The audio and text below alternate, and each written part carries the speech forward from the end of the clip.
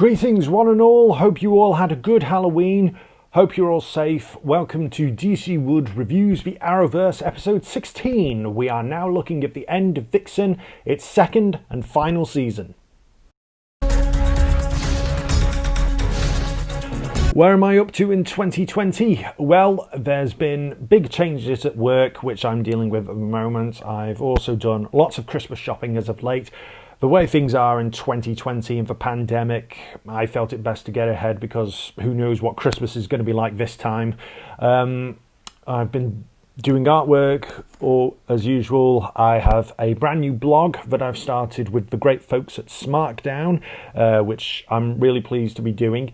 I'm busy rehearsing lines for a new one-act play festival I'm doing with the Phoenix Theatre Company, and of course, that depends on the COVID crisis again, when we're going to get a chance to do that. We were going to do it on the 5th of December, but that got cancelled because of the latest lockdown that's taking place now. So that's had to be cancelled again, but we're still going to be carrying on doing the One Act Play Festival. Me and my family, we went on a canal boat day trip over a week ago. I really needed that. It was really fantastic. It was the first time in ages we'd been able to get out in the country and just have a nice day out to ourselves. I am hoping to conclude the box of stuff before the year is over. I've got some ideas for the remaining two shows, another jukebox as it were, and a Christmas special. I've been very busy with eBay, and again, all of this leaves my Arrowverse reviews still lagging behind. I apologise again, but I am going to crack on with them, I promise. So now we're on Vixen Season 2. This was the last season of the animated web series that streamed on the CW Seed app. It's still set in official Arrowverse continuity. Vixen Season 2 again consisted of 6 weekly instalments that ran from 13th of October to the 18th of November 2016, each episode spanning roughly 4 to 7 minutes.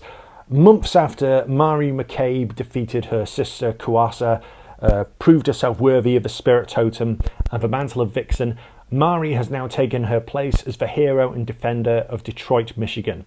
But even greater threats from Mari's past emerged to threaten her life, her family, and her home.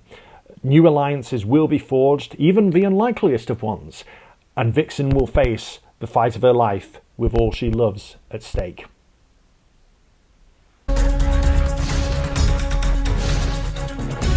Previously, I'd ranked Vixen Season 2 11th overall in my rankings.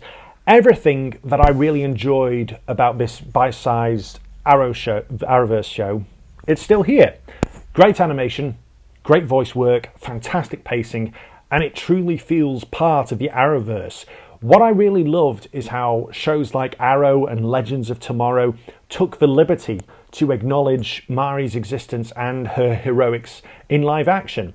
They could have easily ignored the events of Vixen Seasons 1 and 2, and I'm so glad that they didn't. It just makes this feel all the more integral and all the more delightful. Vixen Season 1 was a great watch all round. This Sophomore season is even better for further developing Mari McCabe's origins, how she settled into her new life as Vixen, her relationships with her foster father Chuck and Professor McAllister. All the while, we get to see this Vixen truly initiated into the Arrowverse's heroic ranks. Stephen Amell's Arrow and Grant Gustin's Flash stop by again, but we also get to see the likes of The Atom, Firestorm, Black Canary, and Felicity Smoke join in the fun. All voiced by their live-action actors.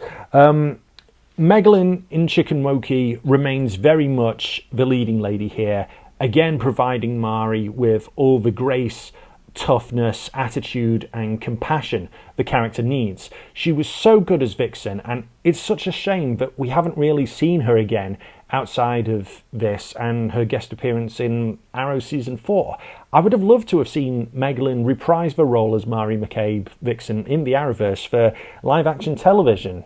I also want to give a shout-out to Anika Noni Rose, who's back again as Kuasa. The main villain from season 1 gets terrific development here in season 2, and Anika again delivers her lines to perfection with great interactions with Megalyn. To see the sibling rivalry develop between Mari and Kuasa here is another winner, and also gives Kuasa something of a redemption story to boot. I'm so pleased also that Kuasa would be brought back for Legends of Tomorrow's 3rd season, where she would be portrayed in live action by the wonderful Tracy Uficha. Finally, there's the main antagonist for season 2, Benato Eshu. He's a brutal, tyrannical warlord that massacred Mari and Kuasa's home village of Zambezi in pursuit of all the totems, including Mari's spirit totem, with the fire totem now in his possession, having such personal ties to Vixen's life and being utterly ruthless. Eshu comes across as the greatest threat Mari has ever faced, and it all sets the table for a supercharged finale that absolutely delivers, and it sees Vixen truly cement herself as one of the Arrowverse's champions. And the ending of this season sets things up perfectly for Vixen's appearance in Arrow season 4. Like the previous season and the show as a whole, Vixen season 2 is brilliantly produced. It's a diamond of a web cartoon that doesn't waste your time, and the way its importance is established, it's wonderful. And it's certainly much better than the worst Arrowverse seasons. Alas, the same problems persist. The format of this web cartoon means that there's only so much that can be done here. In total, both seasons of Vixen amount to over 70 minutes worth of content, which was released as Vixen the movie, and that doesn't even equate to 2 episodes of a live-action Arrowverse show. While the end result is definitely a success, it still makes one yearn for a full live-action series, which sadly we never got. Nevertheless, Vixen Season 2 is a wonderful gem to indulge in, either by itself or conjoined with Season 1 to make Vixen the movie. This is a great representation for one of DC's most underrated heroines. Truncated? Yes, but it's still something you'll get a kick out of, and I would recommend it to any and all Arrowverse fans, and I'd recommend it to DC fans as well. Overall rating, 7 out of 10.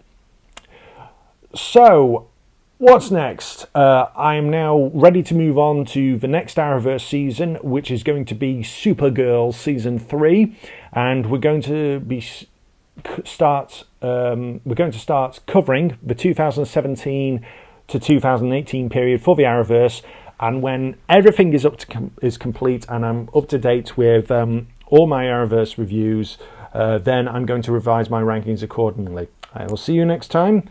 Take care, and as always, please stay safe.